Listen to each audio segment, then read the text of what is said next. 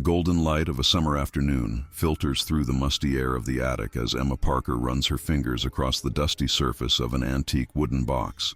The faint sound of raindrops against the roof creates a soothing rhythm, contrasting with the eerie silence of the long-abandoned family home she inherited just last week. It's September 2023, and Emma, a 32-year-old archivist from Boston, has taken a leave of absence from her job at the City Museum to sort through her late grandmother's belongings. The Victorian house in rural Massachusetts had been in the family for generations, though Emma had visited only a handful of times as a child. "What secrets do you hold?" Emma whispers, carefully lifting the tarnished brass latch of the box. Inside, she finds a collection of yellowed photographs, their edges crumbling with age. Most appear to be typical family portraits from the early 20th century. Stiff poses, serious expressions, formal attire, but one photograph in particular catches her eye. Unlike the others, this one depicts a more casual scene, a picnic by a lake, with 10 people arranged in a semicircle on a checkered blanket. Emma lifts the photograph closer to the single bulb illuminating the attic. The image is remarkably well preserved, the details still crisp despite the sepia tones. She flips it over and notices a date written in faded ink, June 15, 1902. Below it, in the same elegant script, Holloway Pond, Annual Solstice Gathering. Turning the photograph back over, Emma studies the faces of the 10 individuals.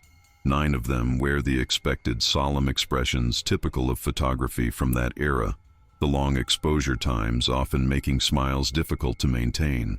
But one figure, a young woman seated slightly apart from the others, bears a distinct smile, her face caught in what appears to be genuine delight. Unlike her companions who stare directly at the camera, her gaze is directed downward, toward a wicker basket resting in her lap. Emma's attention is drawn to that basket. There's something unusual about it, the way the young woman's fingers grip its edge with peculiar intensity, the strange angular shape beneath the partially open lid, the small dark stain on the wicker that might be a flaw in the photograph, or something else entirely. "Emma? Are you still up there?" Her husband, Michael's voice carries from the bottom of the attic stairs, breaking her concentration. "Found something interesting," she calls back, carefully placing the photograph in her pocket before closing the box. She'll examine it more closely downstairs, where the light is better. In the kitchen, Michael has prepared coffee. Their 5-year-old daughter, Lily, is coloring at the table, her crayon moving in vigorous strokes across the paper. "Look at this," Emma says, placing the photograph on the table. Michael adjusts his glasses and leans forward. "Wow, that's in incredible condition for something from 1902, he remarks, his historian's interest peaked. Michael teaches American history at the local community college, his specialty being the turn-of-the-century Industrial Revolution. 10 friends having a picnic, Emma muses. But look at her. She points to the smiling woman with the basket. Michael studies the image. That's unusual. People rarely smiled in photographs back then. The exposure times were too long, and there was this Victorian notion that smiling made you look undignified or simple-minded. Exactly. And what do you make of her basket? Michael squints. Hard to tell. Could be anything. Food, a gift, maybe a pet. People kept all sorts of small animals as pets back then. The way she's holding it seems protective, Emma observes. And why is she the only one smiling? "Mommy, who are they?" Lily asks, abandoning her coloring to peek at the photograph. "Just some people having a picnic a very long time ago, sweetheart," Emma answers, suddenly reluctant to let her daughter look too closely at the image, though she can't articulate why. That night, after putting Lily to bed, Emma sits at her laptop in the study, the photograph propped against a stack of books beside her. The house creaks and settles around her as she begins her research. As an archivist, she has access to numerous historical databases, and the name Holloway Pond gives her a starting point. It takes only a few searches to discover that Holloway Pond was once a popular recreation spot about 15 miles from the house. According to local historical records, it was drained in 1947 to make way for a housing development that was never completed. The land now sits abandoned, overtaken by forest and largely forgotten. Emma digs deeper, searching for any mention of an annual solstice gathering in the area during the early 1900s. She finds scattered references in digitized newspaper archives, brief announcements in the social pages of the local gazette, mentioning that the distinguished members of the Holloway Historical Society will be conducting their midsummer festivities on dates that coincide with the summer solstice each year.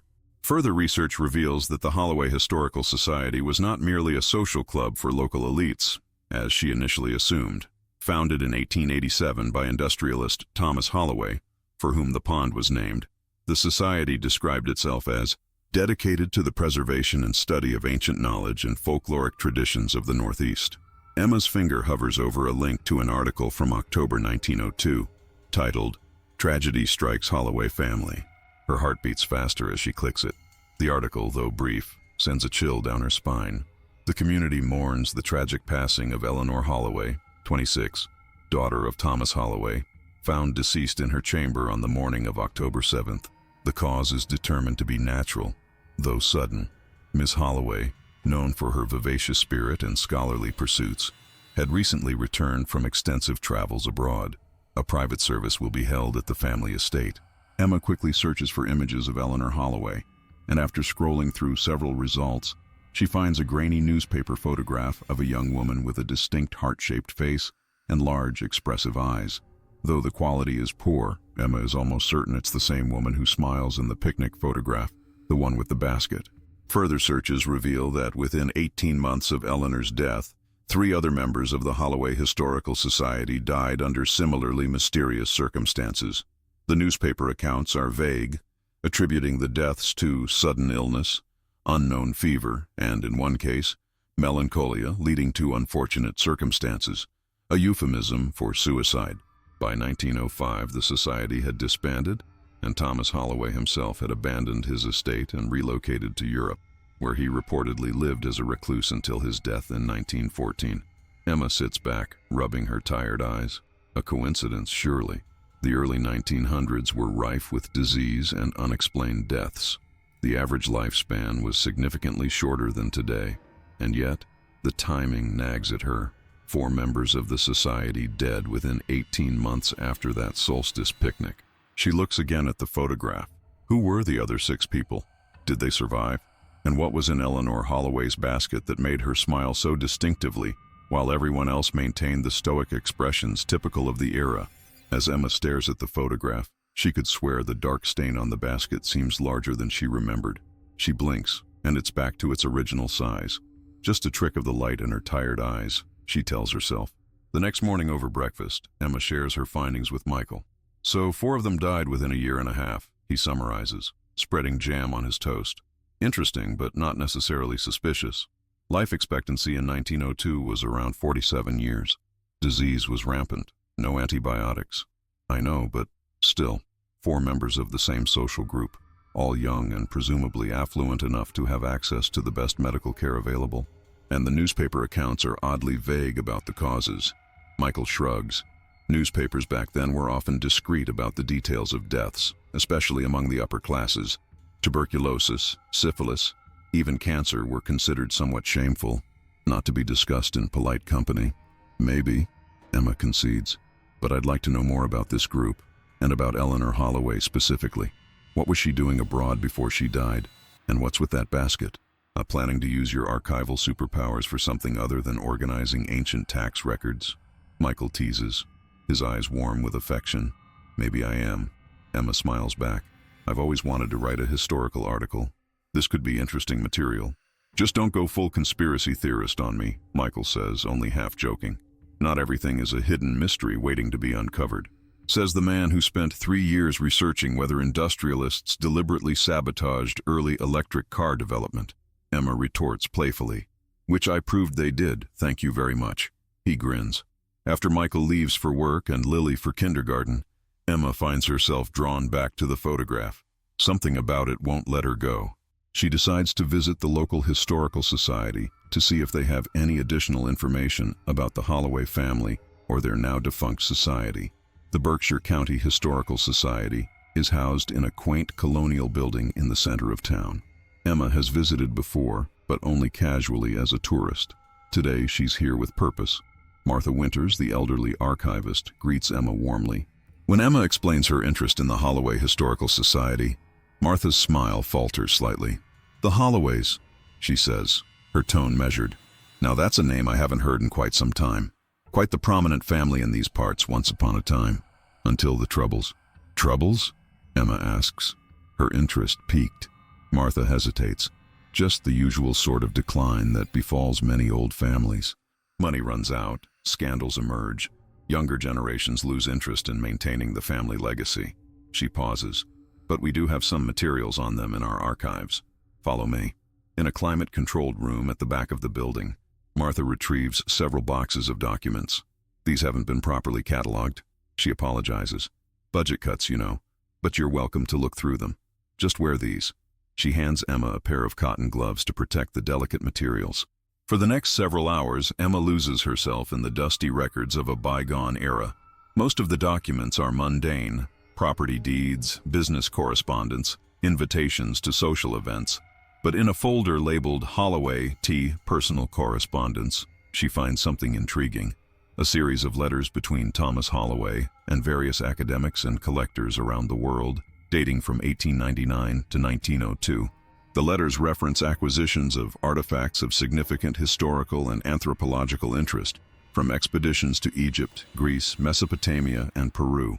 Thomas appears to have been financing archaeological digs, some official, others of questionable legality by today's standards. One letter from a Professor Harrington at Miskatonic University thanks Thomas for the generous loan of the Coptic vessel, which has proved most illuminating in our studies of alchemical symbolism. Most interesting to Emma is a letter dated April 30th, 1902, from Eleanor Holloway to her father. Written from Cairo, it reads, "Dearest Father, I write with news that will surely gladden your heart. After months of negotiation, I have secured the artifact we discussed. The curator was reluctant, claiming it to be cursed, such primitive superstition, but a substantial donation to the museum's renovation fund proved persuasive.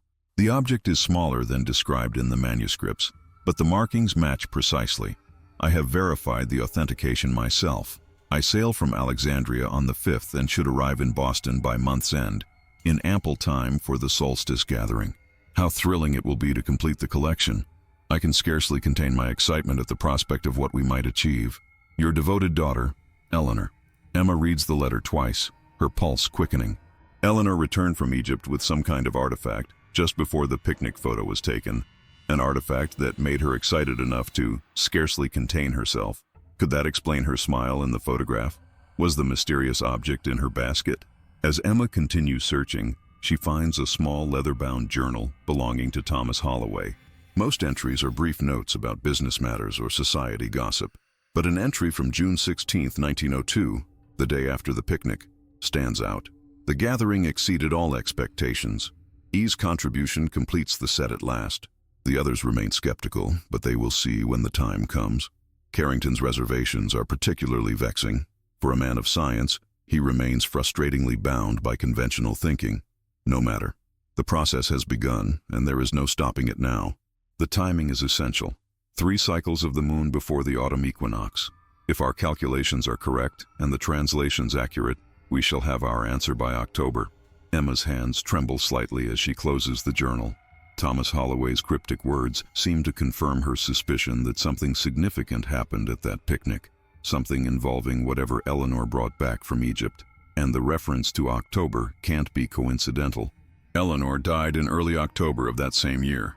As Emma is preparing to leave, Martha approaches with a curious expression. "Find anything of interest?" the older woman asks, a little too casually. "Just some family correspondence," Emma replies, deciding to be discreet about her discoveries. The Holloways seem to have been interested in archaeology. Martha nods slowly. They had eclectic interests, certainly.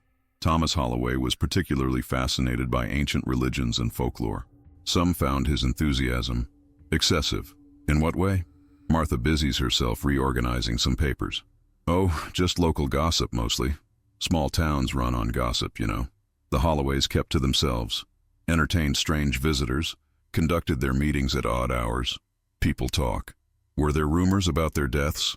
I found some newspaper articles suggesting several society members died within a short period." Martha looks up sharply. "Where did you hear about that?" "I came across some old newspaper articles," Emma explains. 4 deaths in 18 months seemed unusual. "It was a different time," Martha says firmly. "Disease spread quickly. Doctors had limited knowledge. Nothing unusual about it." But she doesn't quite meet Emma's eyes. Emma decides to take a risk. "I have a photograph," she says, pulling it from her bag. From their solstice gathering in 1902. I believe this might be Eleanor Holloway. She points to the smiling woman. Martha puts on her glasses and studies the photograph. Her face pales visibly. Where did you get this? She asks, her voice barely above a whisper. It was in my grandmother's things. I recently inherited her house. Your grandmother, what was her name? Margaret Parker, though her maiden name was Sullivan. Martha's eyes widen in recognition. Sullivan, of course. She stares at Emma with new intensity. You're a Sullivan. That explains it. Explains what? Martha seems to catch herself. Nothing, dear. Just an old woman's ramblings. She hands the photograph back with what appears to be reluctance. If you're interested in local history, that's all well and good. But some stones are best left unturned, especially when they've been deliberately buried. Emma leaves the Historical Society more intrigued than ever. Martha's reaction confirmed that there was something unusual about the Holloways and their society, something that still prompted caution over a century later. And what did she mean about Emma being a Sullivan? Was her grandmother's family connected to the Holloways somehow? Back at the house, Emma searches through more of her grandmother's belongings, looking for any connection to the Holloway family. In a leather portfolio tucked inside a desk drawer, she finds legal documents showing that the house she inherited was purchased in 1906 by her great-great-grandfather James Sullivan from the estate of Thomas Holloway. More surprising is a fragile news clipping preserved between the pages of a Bible. Dated September 30th, 1902, it announces the engagement of James Sullivan to Catherine Carrington, daughter of Dr. William Carrington. Emma recalls the name from Thomas Holloway's journal entry. Carrington's reservations are particularly vexing. It seems her ancestor was engaged to the daughter of one of the Holloway Society members. Emma's research continues over the next several days, taking on an almost obsessive quality. Michael notices her preoccupation but attributes it to the natural curiosity of a professional archivist presented with a historical puzzle. Through census records and genealogical databases, Emma reconstructs the identities of all 10 people in the photograph. Besides Eleanor Holloway and Dr. William Carrington, the group included Thomas Holloway, Eleanor's father and founder of the society, Reverend Joseph Blackwood, an Episcopal minister with an interest in comparative religion, Dr. Elizabeth Norton, one of the few female physicians of the era, specializing in mental disorders, Professor Richard Ambrose, a linguist known for his work on ancient languages, Harold Whitmore, a wealthy banker and Thomas Holloway's brother-in-law, Margaret Whitmore, Harold's wife and Thomas's sister, James Sullivan, Emma's great-great-grandfather, who worked as Thomas Holloway's personal secretary, Evelyn Gray, a self-styled spiritualist and medium popular among Boston's elite. Of these 10, Emma confirms that Eleanor Holloway, Reverend Blackwood, Dr. Norton, and Professor Ambrose all died between June 1902 and December 1903. The others lived much longer, though several reportedly suffered from nervous conditions or episodes of unusual behavior in later life. Most revealing is what Emma discovers about her own great-great-grandfather. James Sullivan broke off his engagement to Catherine Carrington just weeks after the picnic and subsequently eloped with Margaret Whitmore, who abruptly divorced her husband Harold. The scandal was substantial enough to be mentioned in several society pages, though the details were delicately obscured in the euphemistic language of the time. Harold Whitmore apparently left the country shortly after the divorce, relocating to England. Thomas Holloway followed a year later, after selling most of his American properties, including the house that James Sullivan purchased, the very house Emma now owns. As fascinating as these personal entanglements are, they don't explain the deaths or what happened at the solstice gathering.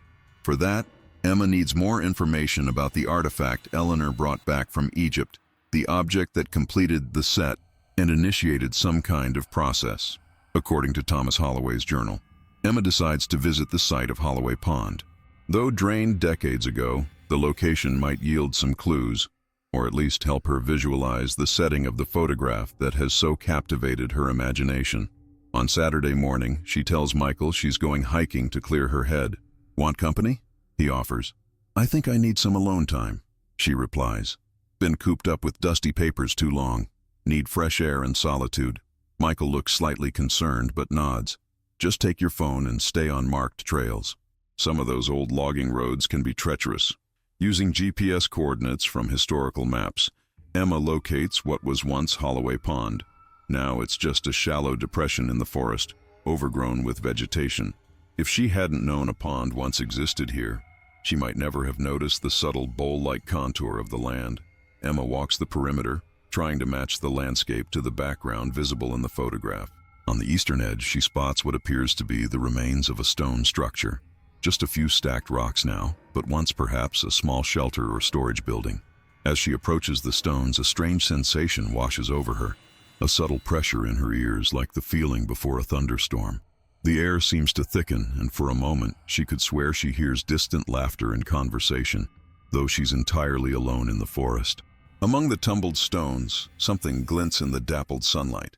Emma kneels and brushes away decades of accumulated soil and leaves to uncover a small metal object. It's a locket, tarnished almost black with age, but still intact. With careful fingers, she pries it open to reveal a miniature photograph inside.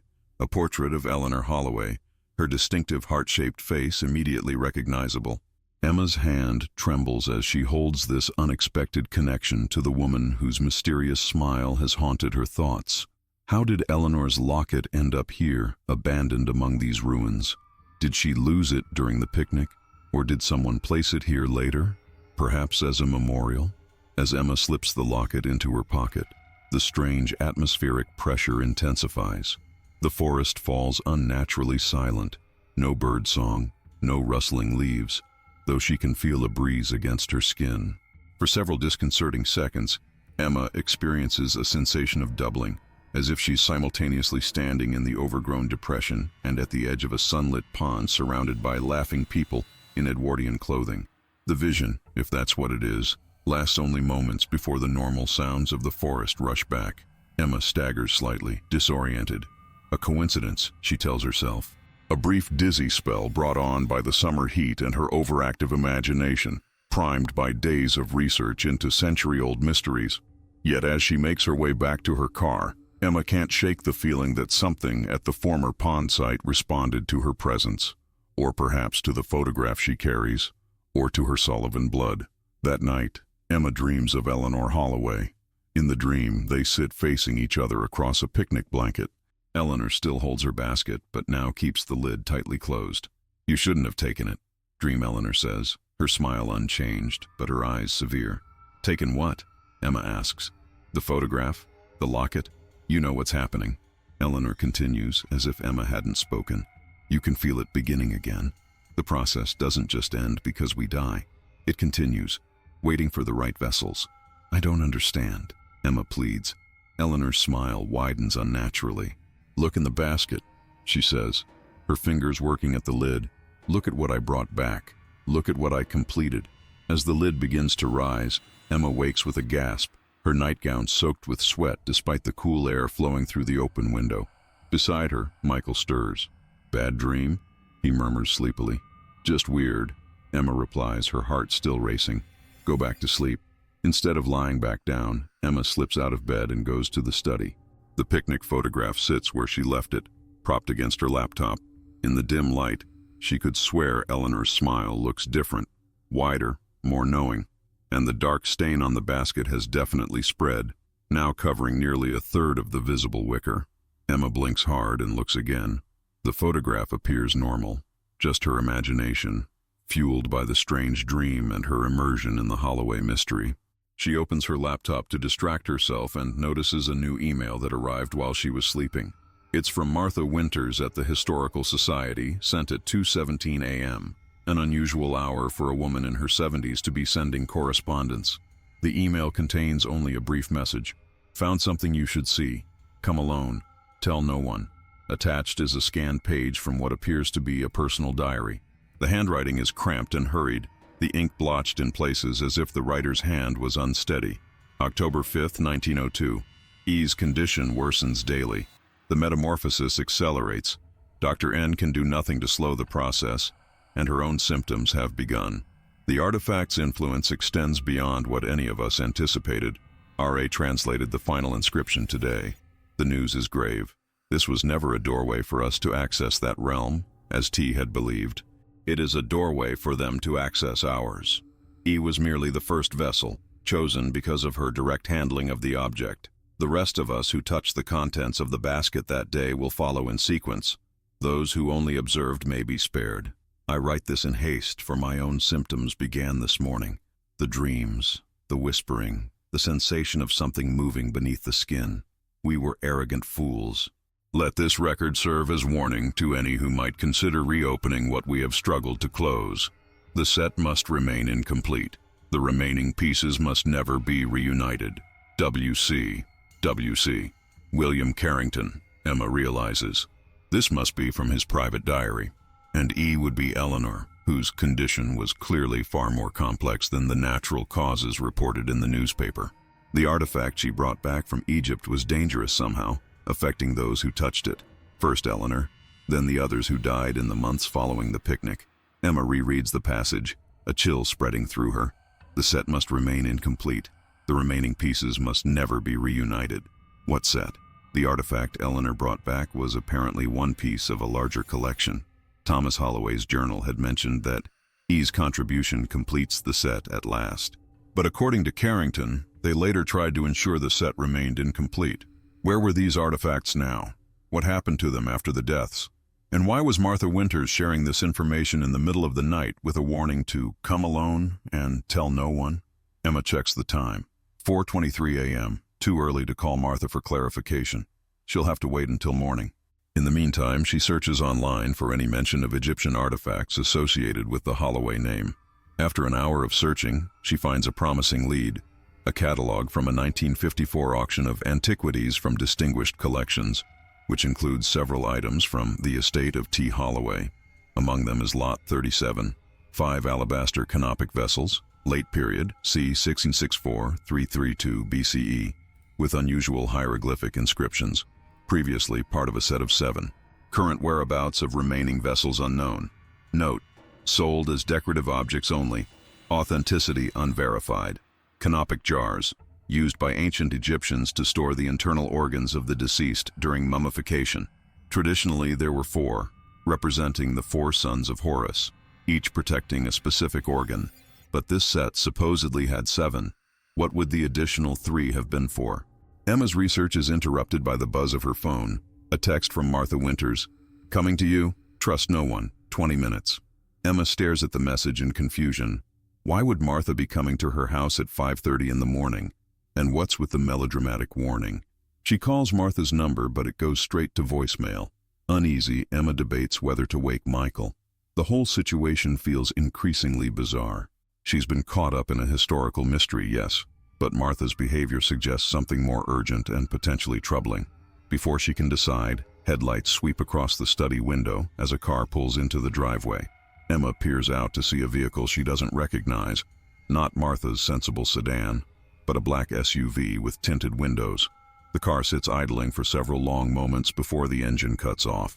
The driver's door opens and a figure emerges, male, tall, wearing a dark coat despite the summer weather. Definitely not Martha Winters. Emma's unease transforms into alarm. She hurries upstairs to wake Michael. "Someone's here," she whispers urgently. "A stranger."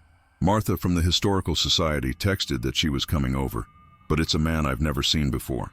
Michael sits up, instantly alert. At this hour? Call the police. What if it's nothing? What if he's just lost or delivering something? At 5:30 a.m., in a rural area, Michael reaches for his phone. "I'm calling." Before he can dial, the sound of breaking glass echoes from downstairs. Someone has forced entry into their home. Michael moves quickly, grabbing a baseball bat from the closet and positioning himself between the bedroom door and Lily's room across the hall. "Call 911, he instructs Emma in a low, tense voice. "Then get Lily and lock yourselves in the bathroom. Use the window to get out if you have to." Emma nods, her fingers shaking as she dials. As she waits for the operator to answer, heavy footsteps ascend the stairs with deliberate slowness. 911, what's your emergency? "Someone's broken into our house," Emma whispers. 135 Orchard Lane, please hurry. "Officers are on their way," the dispatcher assures her. "Are you in a safe location?" Before Emma can answer, the bedroom door crashes open. The intruder is indeed tall, his face obscured by a hood.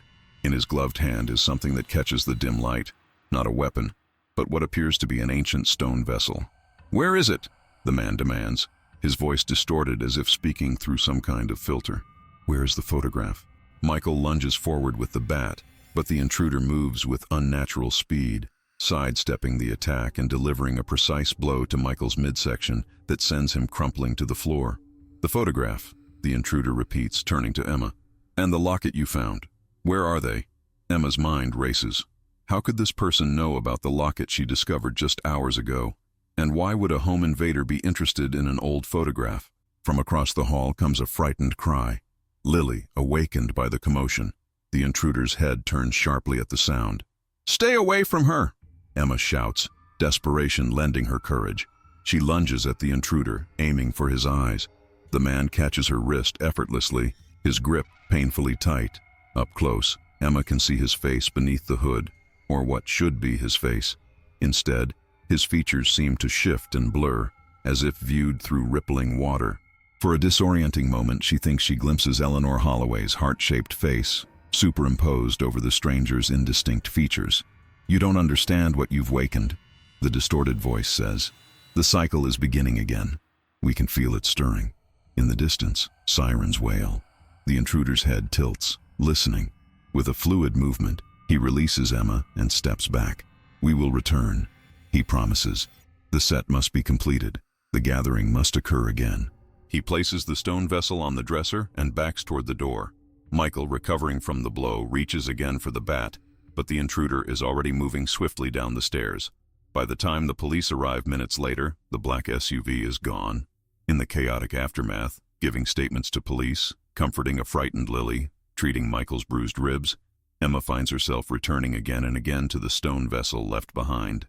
It's clearly ancient, made of pale alabaster with hieroglyphics carved around its circumference. One of the canopic jars from the set mentioned in the auction catalog. The police are skeptical of Emma's account. The break-in is clear enough, but her story about the intruder's interest in an old photograph and his distorted, shifting face is met with barely concealed disbelief.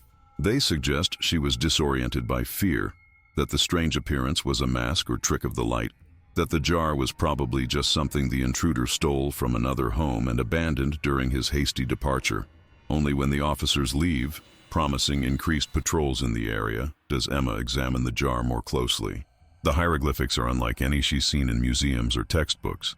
The symbols familiar individually but arranged in patterns that seem off somehow, as if written by someone with only a passing understanding of the language. Inside the jar is a folded piece of modern paper.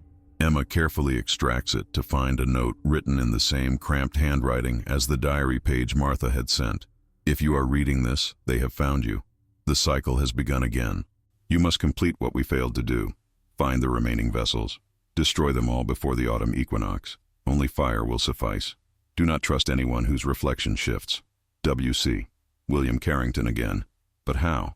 The note appears recent, yet Carrington would be long dead. And what did he mean about reflections shifting?" Emma's gaze falls on the mirror hanging on the bedroom wall. In it, she can see herself, pale and disheveled, and beyond her shoulder, the picnic photograph still sitting on the nightstand where she'd moved it the previous evening. In the mirror's reflection, all 10 figures in the photograph are now smiling directly at the camera, their faces distorted into grotesque parodies of human expression. And the basket on Eleanor's lap is open, revealing not its contents, but a swirling darkness that seems to extend beyond the boundaries of the photograph itself. Emma whirls around to look at the actual photograph, which appears completely normal. When she turns back to the mirror, the reflection is normal as well. Lack of sleep, she tells herself. Stress and fear playing tricks on her mind. But deep down, she knows something truly abnormal is happening. Something connected to that century-old picnic and whatever was in Eleanor Holloway's basket. Later that morning, after convincing Michael and Lily to stay with his parents for a few days, until the police catch the burglar, Emma drives to the Historical Society, determined to speak with Martha Winters. The strange text, the email with Carrington's diary page, the warning. Martha clearly knows more than she's revealed, but when Emma arrives, she finds the Historical Society closed, a handwritten sign on the door citing unexpected maintenance issues. When she calls Martha's home number, a neighbor answers and informs her that Martha was taken to the hospital early that morning after falling down her stairs. "Is she all right?" Emma asks, alarmed. "It's touch and go," the neighbor says solemnly. "At her age, a fall like that. And the way they found her was strange. She was clutching some old book and muttering about photographs and baskets, probably delirious from the pain. They've got her sedated now. Emma thanks the woman and hangs up, her mind racing. Martha's fall could be a coincidence, but combined with her cryptic messages and the break-in at Emma's house, it suggests something more sinister. Was Martha attacked as well? And what was the book she was holding? With Martha unavailable, Emma needs another source of information about the Holloway artifacts. She recalls the auction catalog that mentioned the canopic jars. Lot 37, sold in 1954. If she can track down who purchased them and where they are now, she might understand what's happening. The auction house, Harrington & Sons, still exists, though now as an online-only business specializing in rare books rather than antiquities. Emma calls their office and explains that she's researching the provenance of items from a 1954 auction for academic purposes. 1954? Those records aren't digitized, the clerk tells her. They'd be in storage. It would take days to locate them if they exist at all. Please, Emma implores. It's extremely important. I'm specifically interested in Lot 37, a set of Egyptian canopic jars from the Holloway estate. A long pause follows. Did you say Holloway? The clerk asks, his tone noticeably cooler. Yes, Thomas Holloway. The items were sold after his death. I'll need to transfer you to our director, the clerk says. Please hold. After several minutes on hold, a woman's crisp, authoritative voice comes on the line. This is Victoria Harrington, Director of Acquisitions. I understand you're inquiring about the Holloway items from our 1954 auction? Yes, specifically Lot 37, the canopic jars. I'm trying to track their current whereabouts. May I ask why you're interested in these particular items, Ms. Parker? Emma Parker. I'm an archivist researching the Holloway Historical Society for an academic paper. Another pause. Ms. Parker, I should inform you that our company policy prevents us from disclosing buyer information without proper authorization, even for sales as old as the one you're referencing. I understand that, Emma says, but I'm not necessarily looking for the buyer's identity. I'm more interested in what happened to the items themselves. Were all 5 jars sold as a single lot? Do you know if they're currently in a museum or private collection? Victoria Harrington's voice lowers slightly. Ms. Parker, let me be direct. The Holloway items have a complicated history with our auction house. There are notations in our records warning against fielding casual inquiries about them. I'm afraid I can't help you. This isn't a casual inquiry, Emma insists. I believe these artifacts may be connected to several deaths that occurred in 1902-1903, potentially dangerous artifacts. All the more reason to discontinue this conversation, Harrington replies coldly. If you believe these items are dangerous, I suggest you contact the proper authorities. Harrington & Sons merely facilitated their sale 70 years ago. We take no responsibility for their subsequent history or alleged properties. Good day, Ms. Parker. The line goes dead, leaving Emma frustrated but also increasingly convinced that she's on to something significant.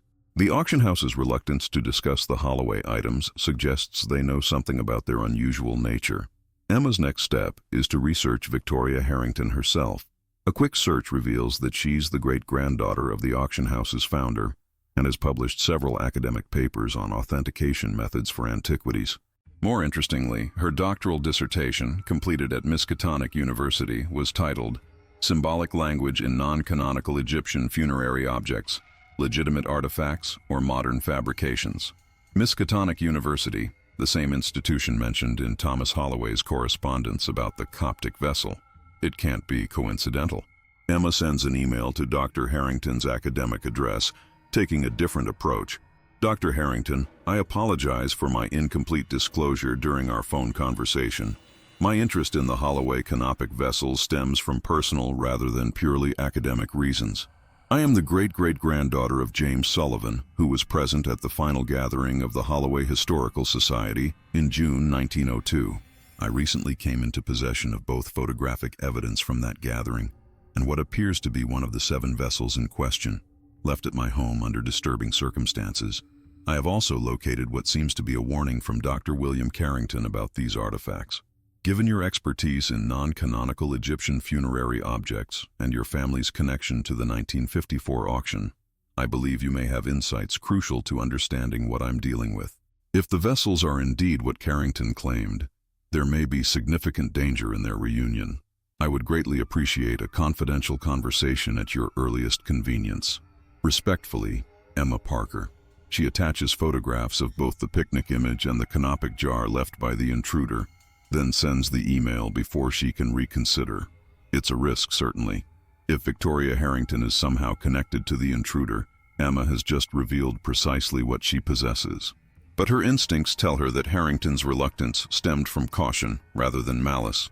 While waiting for a response, Emma examines the canopic jar more carefully, photographing the hieroglyphics from multiple angles. She uploads the images to an online forum dedicated to Egyptology, asking if anyone can translate the unusual inscriptions. Within hours, she receives several responses expressing doubt about the authenticity of the hieroglyphics. One forum member, a professor of Egyptian archaeology, writes, "These symbols are individually authentic, but their arrangement is nonsensical from a classical Egyptian perspective. Either this is a modern fake, or it represents a highly idiosyncratic tradition not documented in mainstream Egyptology." The recurring symbol grouping that appears 4 times around the vessel would traditionally translate as something like vessel of emergence or container of becoming, but the accompanying qualifiers are unknown to me. Where did you find this object? Is there any provenance information available? Emma is drafting a carefully edited response when her phone chimes with an email notification. It's from Victoria Harrington. "Ms. Parker, your situation is concerning. The items you reference have a history that extends beyond normal antiquities. My great-grandfather left extensive notes about the Holloway collection, which I reviewed during my doctoral research. I cannot discuss this via email. I will be in your area tomorrow for an unrelated matter and can meet you at 2 p.m. Please come to the Berkshire Museum's east entrance. Come alone and bring both the photograph and the vessel. Destroy this email after reading. V.H." The message is precisely what Emma hoped for, an opportunity to learn more from someone with specialized knowledge. Yet something about the phrasing troubles her. The instruction to "come alone" echoes Martha's text from the previous night, which had preceded the break-in, and the directive to bring both the photograph and the vessel seems risky, given their apparent significance. Emma debates her options. Meeting a stranger while carrying objects that have already attracted one home invasion seems unwise, yet Victoria Harrington appears to have legitimate academic credentials and a professional reputation. The museum is a public place where a meeting would be relatively safe. After careful consideration, Emma decides to go to the meeting, but with precautions. She makes high-quality color copies of the photograph, leaving the original locked in a safe deposit box at her bank.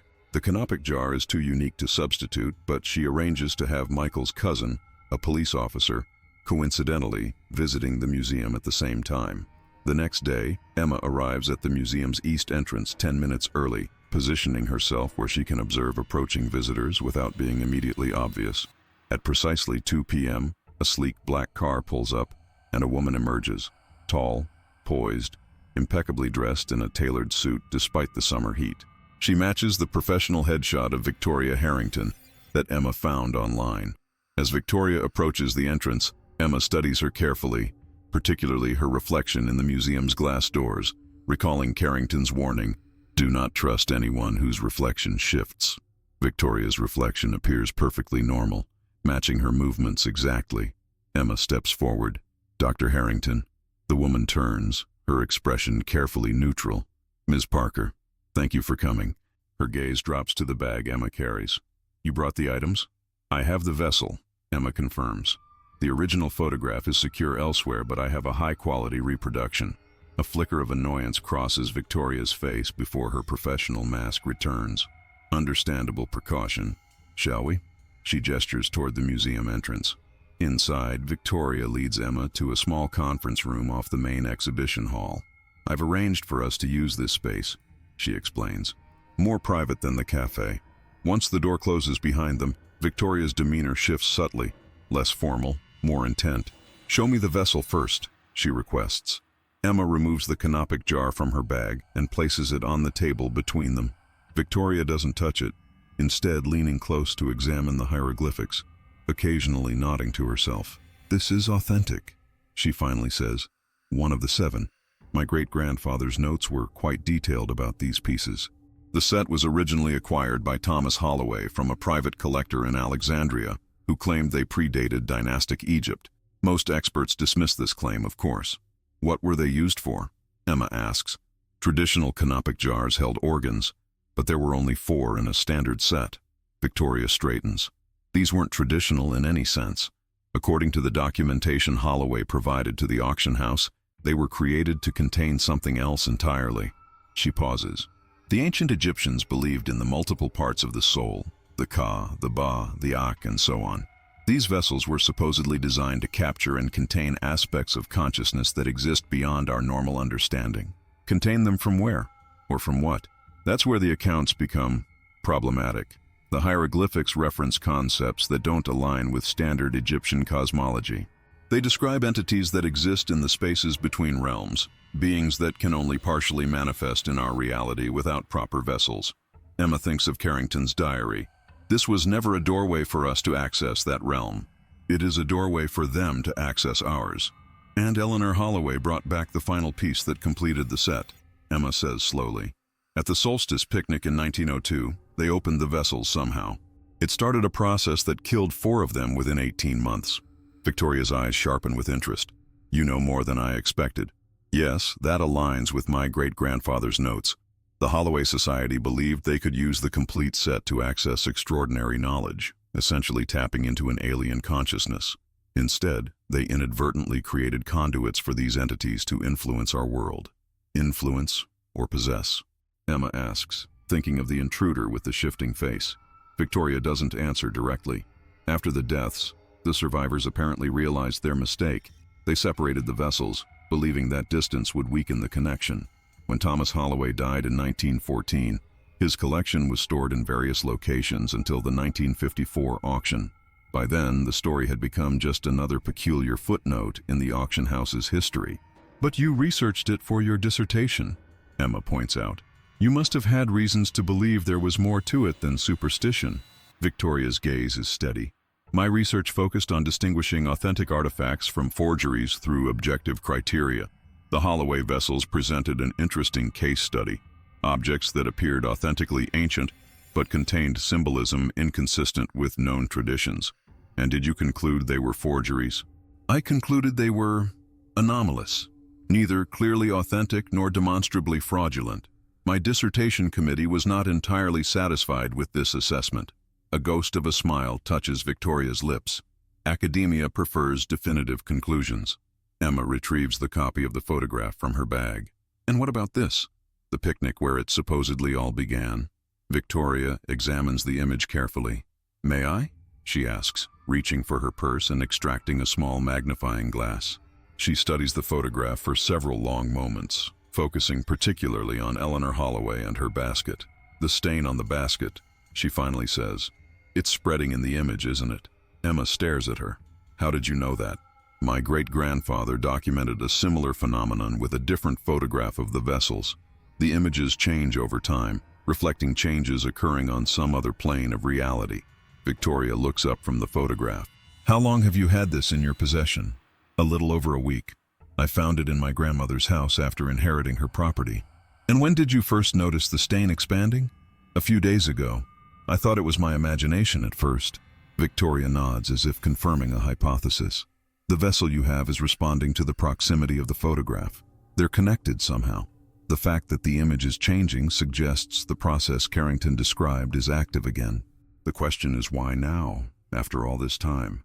Emma hesitates, then shares her discovery about the property's history, how her great-great-grandfather purchased it from Thomas Holloway's estate, how he had been engaged to Carrington's daughter before suddenly eloping with Margaret Whitmore.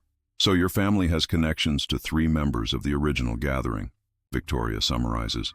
James Sullivan, your ancestor, William Carrington, whose daughter was briefly engaged to James, and Margaret Whitmore, who became your great-great-grandmother. That's significant. Why? What does it mean? The entities that emerge through the vessels seek compatible hosts. Bloodlines matter to them. If 3 of the original witnesses were connected to your family line, that creates a path of least resistance. Victoria's clinical tone does nothing to diminish the chill her words send through Emma. Are you saying I'm somehow a target for possession because of my ancestry? Not necessarily possession. Influence, perhaps. Or you might be drawn to reassemble what your ancestors helped separate. Victoria looks thoughtful. The timing is curious, though. Why would this activate now? Emma remembers the locket she found at the pond site. There might be another connection. I found Eleanor Holloway's locket at the site of the former pond a few days ago. Could that have triggered something? Victoria's composure slips for the first time. You found her locket? Where is it now? At home, in my jewelry box. Emma doesn't mention that home is currently empty, with Michael and Lily staying with his parents. We should retrieve it immediately, Victoria says, rising. If it belonged to Eleanor, who directly handled the final vessel, it could be imprinted with the same energies. Every connection we can identify helps us understand what we're facing. Emma hesitates. Despite Victoria's apparently forthright sharing of information, something still feels off about the situation. I have some more questions first. What happened to the other vessels after the 1954 auction? You said there were 5 sold together. Where are they now? Victoria sits back down slowly. 3 are in the collection of a private museum in Switzerland. 1 is reportedly in a secured vault beneath the Harrington family home in Boston. And the 5th, she pauses.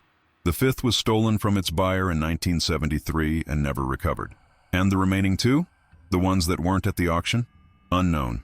Presumably hidden by surviving members of the Holloway Society. Your ancestor might have been involved in concealing them. Emma processes this information. So 4 of the 7 vessels are accounted for, including this one. 3 remain missing. And according to Carrington's warning, they need to be destroyed, not reassembled. That's one perspective, Victoria acknowledges. Though destruction of historically significant artifacts is something my profession generally opposes. Even if they're dangerous? Danger is subjective, Ms. Parker. Knowledge always carries risks. The question is whether those risks outweigh the potential benefits. Something in Victoria's tone raises Emma's internal alarms. What benefits could possibly outweigh 4 deaths in 1902 and whatever's happening now? Victoria leans forward, her eyes suddenly intense. Think about it. Access to consciousness beyond our dimensional limitations. Entities that perceive reality in ways we cannot. The knowledge they could share about physics, medicine, the fundamental nature of existence itself. Yes, the Holloway Society's approach was flawed, dangerously so. But with proper precautions, proper containment protocols. You want to reassemble the set? Emma interrupts, realization dawning. You're not trying to prevent anything. You want to continue what they started. Victoria's expression becomes carefully neutral again. I'm a researcher, Ms. Parker. I believe in understanding phenomena before making judgments about them. The vessels exist. The entities they connect to exist. Ignoring that reality doesn't make us safer. It leaves us unprepared. Emma stands abruptly.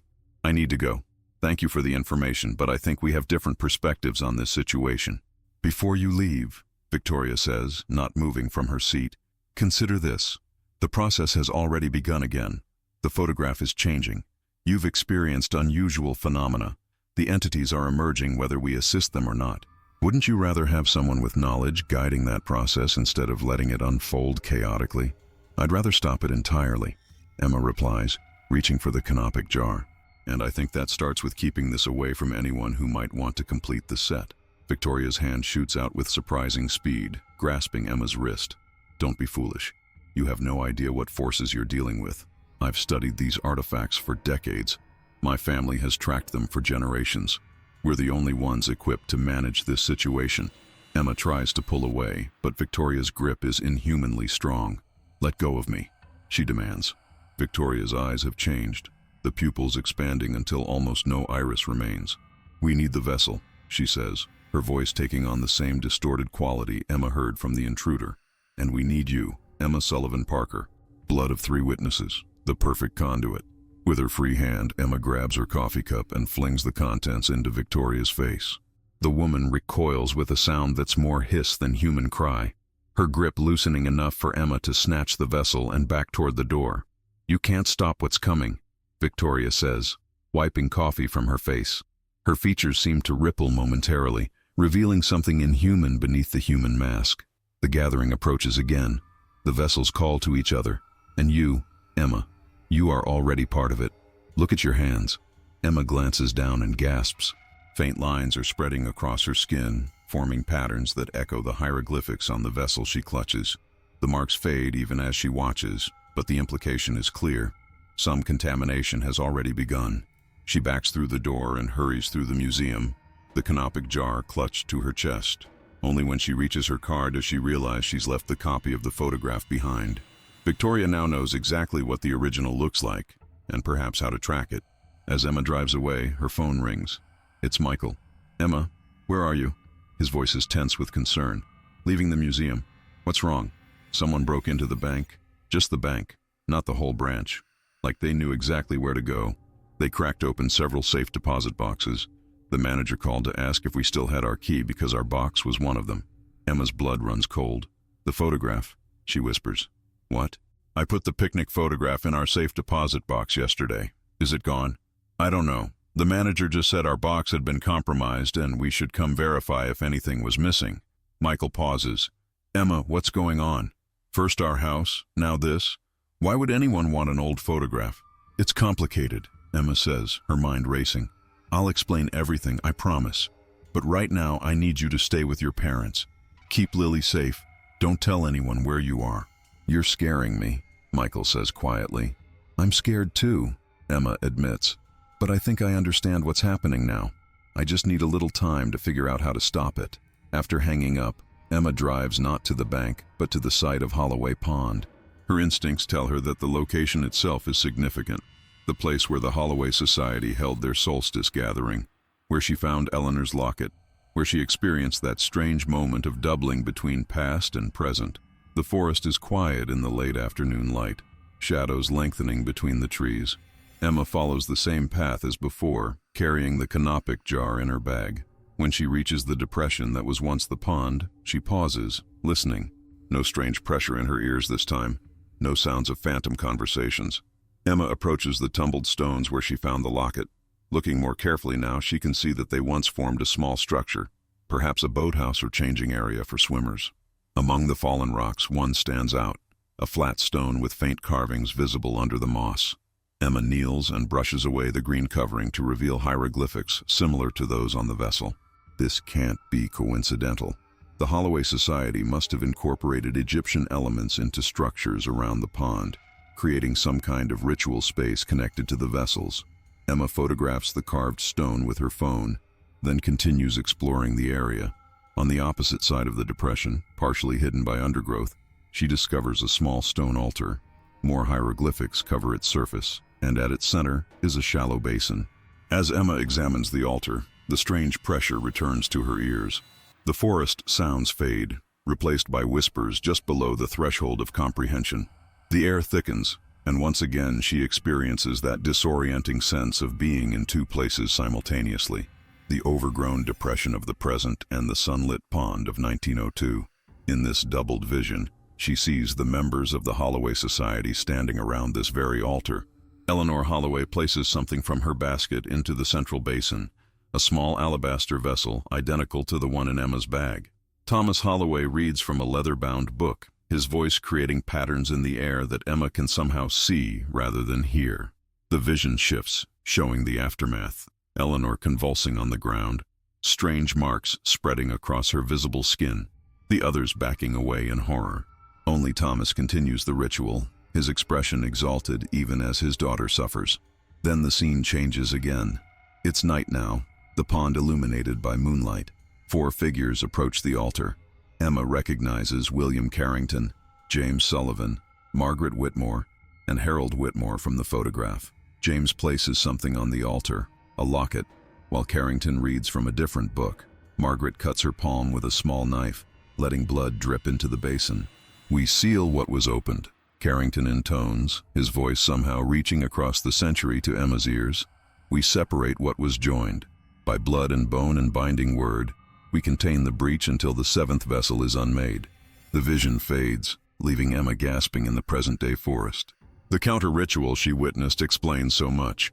How her ancestors were involved, why the danger seemed temporarily contained, why Martha Winters had warned that Emma's Sullivan blood was significant. Carrington, James Sullivan, and the Whitmores had performed some kind of binding ritual to contain whatever was released at the picnic. Margaret's blood, the blood now flowing in Emma's veins, was part of that binding. And the locket Emma found was a deliberate placement, a seal or anchor for the ritual.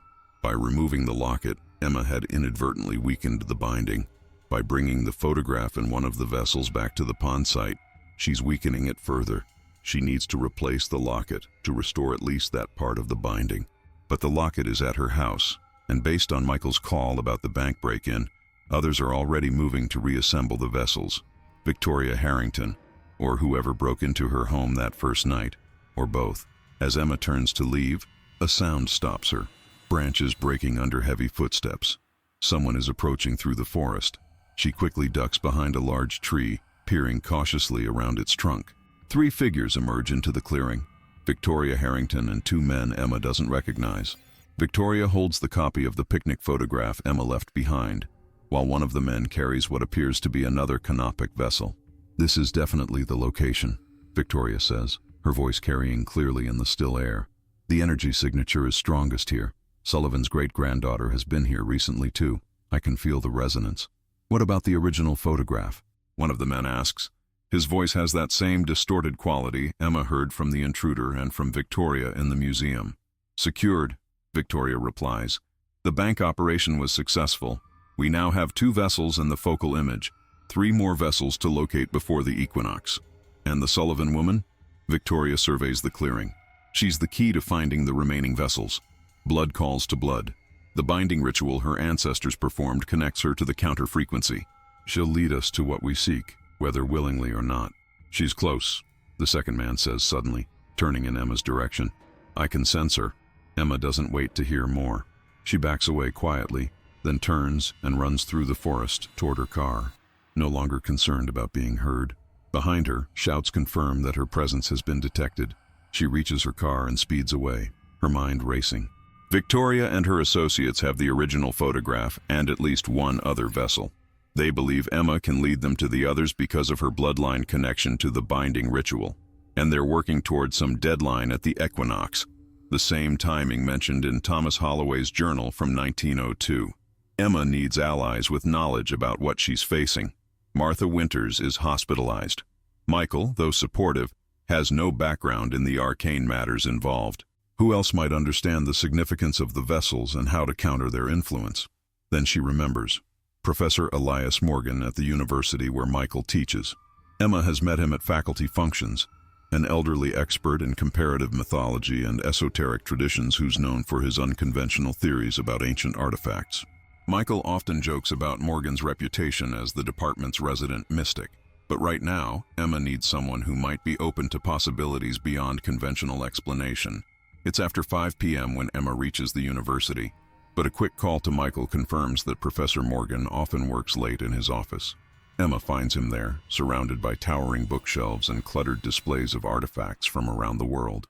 Morgan listens to her story without interruption, his weathered face impassive. When she finishes, showing him photos of the vessel and the hieroglyphics from her phone, he removes his glasses and rubs his eyes. "The Holloway vessels," he says quietly. "I never thought I'd hear that name outside of certain obscure texts." "You know about them?" Emma asks, hope rising. "Not directly, but I've studied similar cases. Objects that seem to exist at the intersection of multiple realities, serving as conduits or gateways." He picks up a small stone sculpture from his desk, a vaguely humanoid figure with too many limbs arranged in an impossible configuration. The human mind cannot fully perceive certain geometries or entities. We interpret them through cultural lenses. Demons, angels, gods, aliens. The names change, but the phenomena persist across time and cultures. "What about blood connections?" Victoria Harrington said my ancestry makes me a conduit somehow. Morgan nods. "Genetic memory is more than metaphor. Certain experiences, particularly traumatic ones, can create epigenetic changes that pass through generations. If your ancestors were involved in both the opening and the binding of these vessels, that connection exists within you at a cellular level. So how do I stop this? How do I restore the binding they created?" "That depends on how it was structured," Morgan says, rising to scan his bookshelves. "Binding rituals typically require symbolic representations of what's being bound, physical connections to the binders, and some form of sacrifice. Blood is common, as you described in your vision." He selects a leather-bound volume and flips through it. "Here, ancient Egyptian binding rituals often used personal items as anchors. The locket would serve that purpose, connecting Eleanor Holloway's essence to the binding. By removing it, you disturbed that connection. So I need to put it back? It's more complicated now. The binding has been weakened not just by the locket's removal, but by the proximity of one of the vessels and the original photograph. The counter-frequency, as Harrington called it, is degrading. Morgan closes the book. You need to recreate the entire ritual, but strengthened for present circumstances. How do I do that? I don't have their knowledge or their books, but you have their blood, Morgan points out, and you witnessed their ritual through some form of psychic impression. Your presence at the location created a momentary overlapping of time frames. Quite extraordinary, actually. Emma tries to focus on practical next steps. So I need to return to the pond site with the locket and perform some kind of ritual? Will that be enough to stop Victoria and whoever she's working with? Morgan shakes his head.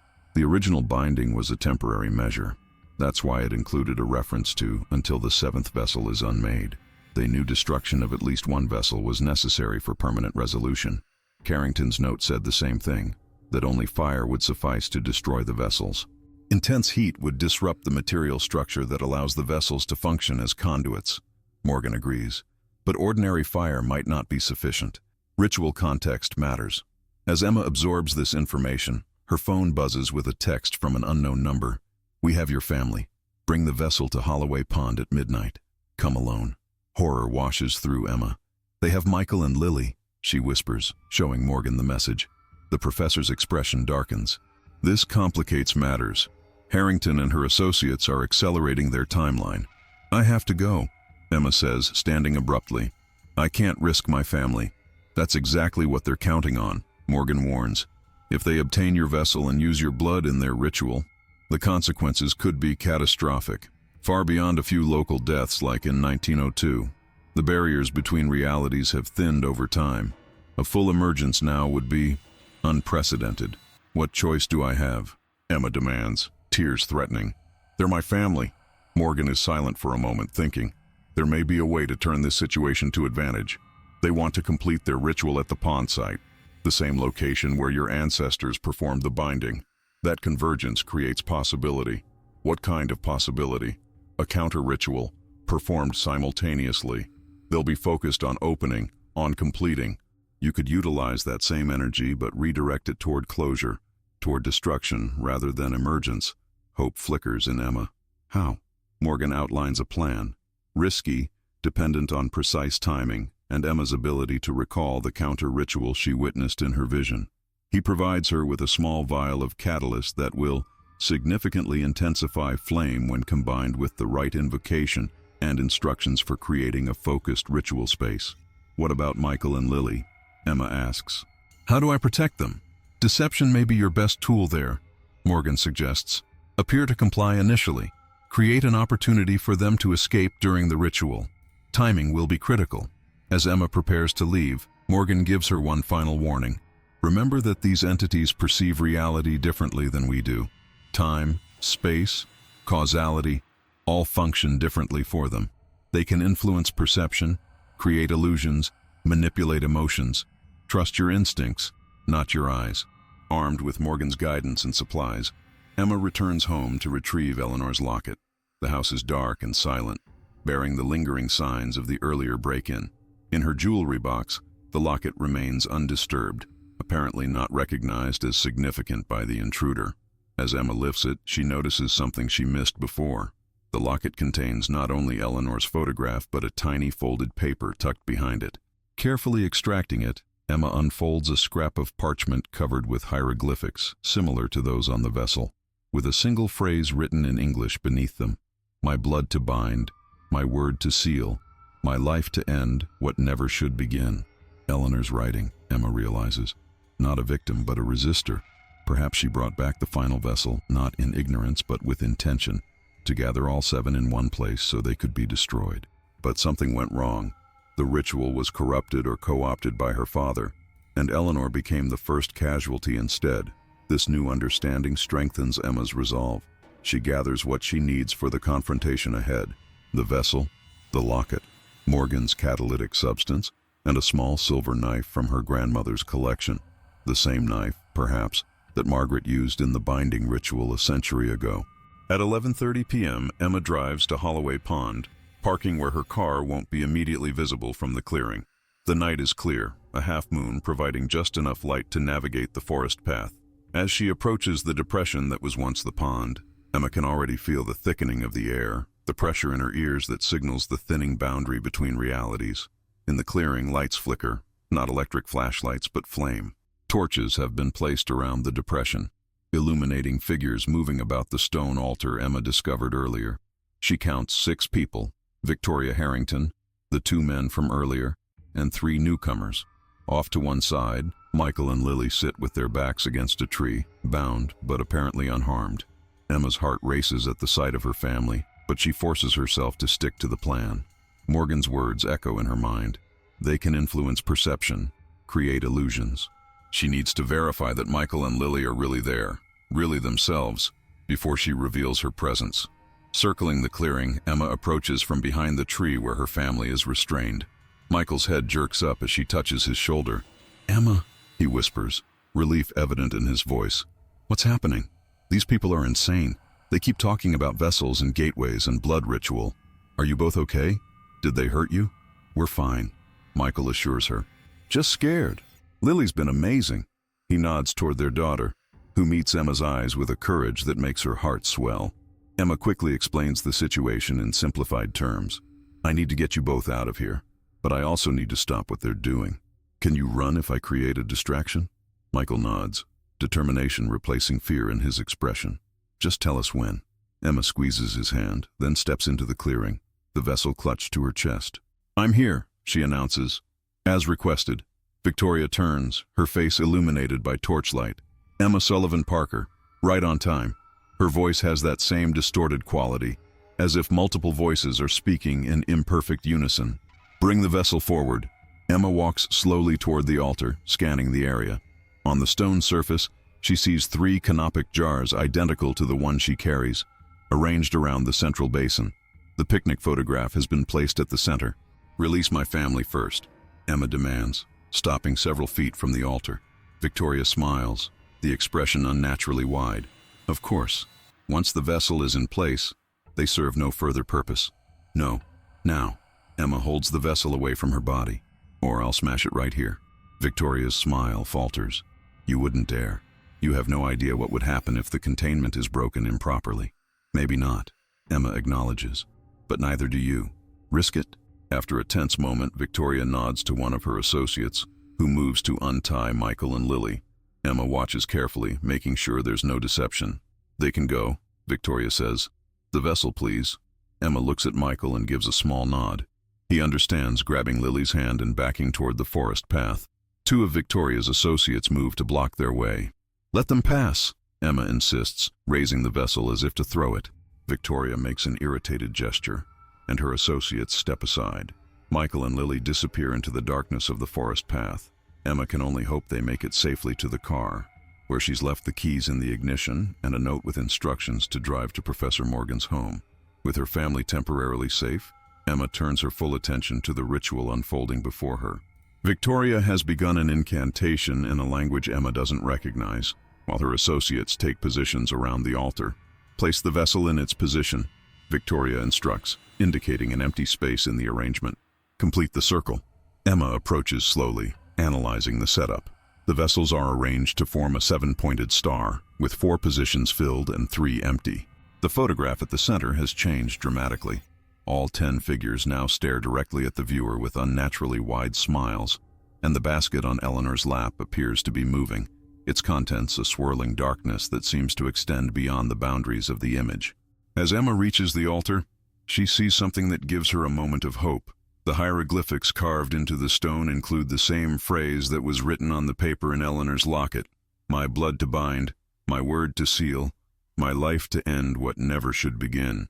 The counter ritual is literally inscribed in the altar itself. Emma places her vessel in one of the empty positions, but as she withdraws her hand, she deliberately shifts another vessel slightly out of alignment. Victoria's eyes narrow, but before she can speak, Emma pulls Eleanor's locket from her pocket. "I believe this belongs here as well," she says, placing it beside the photograph. "It was found on this site. It's part of the configuration." Victoria hesitates, then nods. The personal anchor strengthens the connection. "Well done." She doesn't seem to notice that Emma has positioned the locket precisely over a small depression in the altar that matches its shape, clearly its intended placement in the original binding ritual. "What happens now?" Emma asks, trying to sound cooperative while surreptitiously removing Morgan's catalytic vial from her pocket. "Now we complete what began in 1902, Victoria explains, her voice becoming more distorted with each word. "The vessels form the pattern. The photograph provides the focal point. And blood, specifically your blood, with its connections to 3 of the original witnesses, will activate the gateway." One of Victoria's associates approaches with an ornate dagger. Emma backs away. "You didn't mention blood sacrifice." "Not sacrifice," Victoria corrects. "Catalyst. Just a few drops to complete the circuit." Her features ripple in the torchlight, momentarily revealing something inhuman beneath the human facade. "Your ancestors used blood to create the binding. Your blood will release it." Emma glances at the forest path, hoping Michael and Lily are far away by now.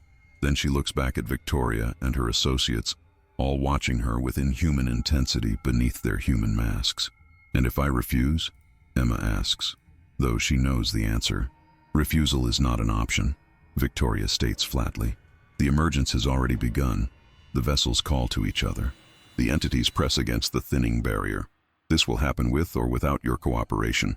But without it, the process will be chaotic, uncontrolled, dangerous for everyone."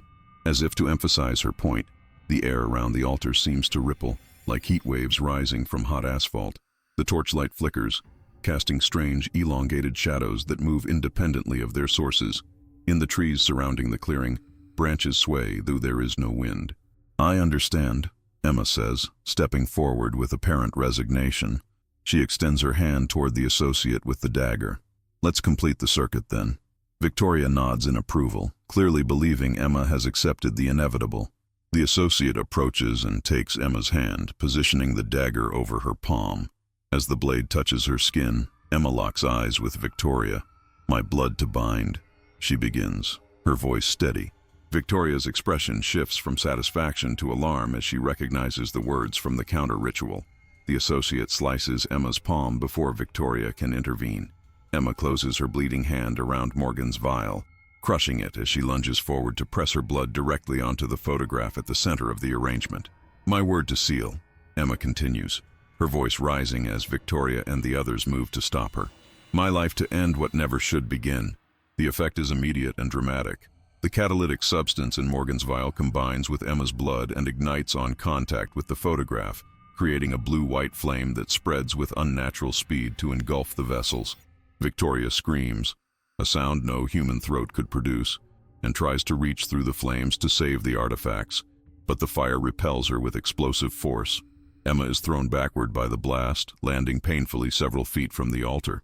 Through dazed eyes, she watches as the ritual site transforms. The flames rise higher, forming a swirling vortex above the altar. Within the fire, shapes appear, human-like but distorted, reaching out with 2 long limbs, their features constantly shifting. They seem to be both emerging from and being pulled back into the flames simultaneously. Victoria and her associates contort in apparent agony, their human disguises failing completely to reveal the entities partially inhabiting their forms, not fully physical, more like projections or overlays of something trying to exist in 3-dimensional space but unable to fully manifest. "You don't understand what you've done." Victoria's voice comes from a face that's no longer entirely hers. "The gateway works in both directions. Without controlled emergence, there can only be mutual destruction." Emma struggles to her feet, her wounded hand throbbing. That's what Eleanor intended all along, she realizes aloud. Not to bring these things through, but to destroy them by creating a temporary doorway and then closing it while they're half emerged, trapping them between realities where they can be unmade. The vortex of flame intensifies, the vessels at its center beginning to crack and blacken. One by one they shatter, each explosion sending a shock wave through the clearing. As the 4th vessel breaks, Victoria and one of her associates collapse, the entities partially inhabiting them seemingly torn away by the force of the conflagration. The remaining associates flee into the forest, their movements jerky and uncoordinated, as if their bodies are being operated by something unfamiliar with human locomotion. Emma knows they won't get far. With the vessels being destroyed, Whatever influence allowed the entities to partially manifest is rapidly dissipating. As the final vessel shatters, the vortex collapses in on itself with a thunderous implosion. For one brief moment, Emma experiences that same doubling she felt before, seeing both the present clearing and the 1902 picnic simultaneously. In that overlapping vision, she locks eyes with Eleanor Holloway, who gives her a solemn nod of acknowledgement across the century that separates them. Then the vision fades, leaving only the ordinary night forest, the stone altar now bare and scorched, with no sign of the vessels, the photograph, or the locket. The torches have been extinguished, leaving only moonlight illuminating the clearing. Victoria Harrington lies unconscious but breathing, her features now fully human. The associate who collapsed beside her is similarly restored. Of the others who fled into the forest, there is no sign. Emma sinks to her knees, exhausted but triumphant. She's completed what Eleanor Holloway and William Carrington attempted but couldn't finish in 1902. The vessels are destroyed, the gateway closed, the entities banished back to whatever space between realities they occupied before Thomas Holloway's ambition gave them a path to emergence. Later, after authorities have taken Victoria and her associate into custody, their explanations of cult activity and hallucinogenic drugs accepted as the most rational explanation for the night's events. Emma sits with Michael, Lily, and Professor Morgan in the safety of Morgan's book-lined study. "So it's over?" Michael asks, his arm protectively around Lily, who has finally fallen asleep against his shoulder. Emma exchanges glances with Morgan. "The immediate threat is contained," the professor answers carefully. "The vessels are destroyed, and without them, the entities cannot establish a foothold in our reality." "But," Michael prompts, sensing the reservation in Morgan's tone, "but knowledge, once gained, is difficult to eradicate completely," Morgan says. "Victoria Harrington had resources, connections. There may be records, research, others who shared her interest in the vessels and what they represented. The Swiss museum that has 3 of the vessels," Emma remembers. "Except those should have been destroyed in the ritual too, shouldn't they? Even though they weren't physically present at the site." Morgan nods. "If your experience of simultaneous destruction across the connected vessels is accurate, yes. But verification would be prudent." "And the Holloway house," Michael adds. "If this all started with Thomas Holloway, might there be other artifacts or records there? Other dangerous objects he collected?" Emma sighs, fatigue evident in every line of her body. "One mystery at a time. For now, can we just appreciate that we're safe? That whatever was trying to come through is contained?" Morgan smiles gently. "Of course. Rest is well deserved after what you've accomplished." As Michael carries Lily to the guest bedroom Morgan has prepared, the professor turns to Emma with a more serious expression. "There is one thing that concerns me," he admits quietly. "The blood connection. Your ancestors used their blood to create the original binding. You used yours to destroy the vessels. That creates a resonance, a kind of spiritual echo." "Meaning what exactly?" Emma asks, tension returning to her shoulders. "Meaning you should be vigilant. The entities exist outside our normal conception of time and space. While they cannot physically manifest without suitable vessels, their influence can sometimes be subtle." Emma thinks of the strange dreams she experienced, the visions at the pond site, the sensation of connection to Eleanor Holloway across more than a century. "I'll be careful," she promises, "and I have something the others didn't.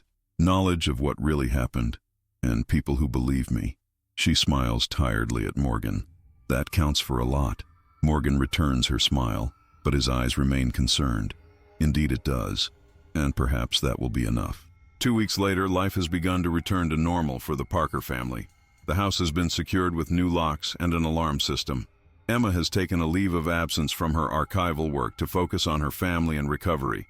The cuts on her hand have healed, leaving a thin scar across her palm, a permanent reminder of what she experienced. Michael has been supportive, if still somewhat bewildered by the events at Holloway Pond. Like most people, he gravitates toward explanations that fit within his understanding of reality, suggesting that perhaps Victoria Harrington was the leader of a cult that used hallucinogens to control its members, and that the supernatural elements Emma experienced were drug-induced hallucinations or the result of extreme stress. Emma doesn't argue. The truth is complicated and would sound delusional to most people. She's content to let the official narrative stand, that she stumbled upon a dangerous cult with an obsession for Egyptian artifacts, was briefly pulled into their delusions, and managed to escape when their ritual went wrong. Victoria Harrington remains in psychiatric evaluation, diagnosed with a severe delusional disorder. Her academic career is over, her family distancing themselves from the scandal. The associates who fled into the forest were never found, despite extensive searches. Professor Morgan continues to research the Holloway Society and related phenomena, occasionally sharing his findings with Emma. He's confirmed that the 3 vessels reportedly held in Switzerland were indeed destroyed the same night as the ritual at Holloway Pond, in what museum officials described as an unexplained combustion event that triggered sprinkler systems and destroyed several artifacts. Emma has begun compiling her own record of the events, partly as therapy and partly as a historical document. She's careful to present it as a work of speculative fiction based on local legends, but the details are accurate, a testament to Eleanor Holloway's thwarted attempt to destroy the vessels in 1902 and the completion of that mission in the present day. On a bright September morning, Emma sits in the study of her grandmother's house, her house now, sorting through the remaining boxes of family papers. Most contain mundane documents, tax records, correspondence, photographs of long-forgotten family gatherings. But in a small leather portfolio similar to the one where she found the connection between James Sullivan and Thomas Holloway, Emma discovers a handwritten letter dated October 10, 1902, 3 days after Eleanor Holloway's death. The letter is from Catherine Carrington to James Sullivan, written after he broke their engagement to elope with Margaret Whitmore. Dearest James, I write not in anger but in understanding. Father has explained what transpired at the pond, what you witnessed, what you helped contain. I know now why you chose Margaret, not from lack of affection for me, but because her direct contact with the artifact created a bond that serves the binding ritual. Your marriage is not merely personal but instrumental to maintaining the separation between worlds. Father believes the binding will hold for many generations, perhaps indefinitely if the vessels remain separated. But he fears what might happen should they ever be reunited, especially by one with blood connections to those who performed the original binding. Guard your descendants, James. Teach them vigilance without revealing what they must guard against, for knowledge itself can be a beacon to those entities that wait in the spaces between. I release you from any obligation to me, and wish you and Margaret well in the solemn duty you have undertaken together. May your line continue strong, and may they never know the burden they carry. With deepest affection, Catherine. Emma reads the letter twice, a chill running through her despite the warm sunshine streaming through the window. Catherine's words confirm what Morgan suggested, that Emma's bloodline carries a special significance, a connection to both the binding and the entities it contained. The letter also suggests that James and Margaret's unexpected elopement wasn't motivated by passion, but by necessity. Another piece of the binding ritual, ensuring that the Sullivan-Whitmore bloodline would continue as guardians of the separation between worlds. Emma places the letter carefully in her own records, another piece of the puzzle preserved for future understanding. Then she joins Michael and Lily in the garden, where they're planting bulbs that will bloom next spring.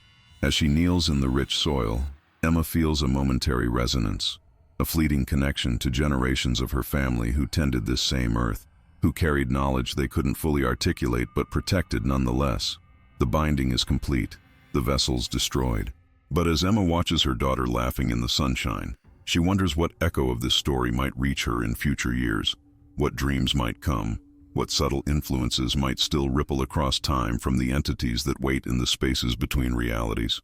For now, though, the day is bright, the future unwritten. Emma digs her scarred hand into the warm earth and plants another bulb, an act of faith in tomorrow, a small defiance against the darkness that waits beyond the boundaries of the world she knows. On the kitchen counter inside, the picnic photograph sits in its frame, a perfect reproduction created from Emma's memory, indistinguishable from the original that burned in the ritual fire. In this version, all 10 figures wear the solemn expressions typical of early photography. Eleanor Holloway's basket sits closed on her lap, no stain visible on its wicker surface. Only Emma knows the difference. Only Emma remembers the smiling one's basket, and what it contained, and what was finally laid to rest on a moonlit night beside a pond that no longer exists except in memory and in the subtle vibrations of reality that continue to echo across time. The end.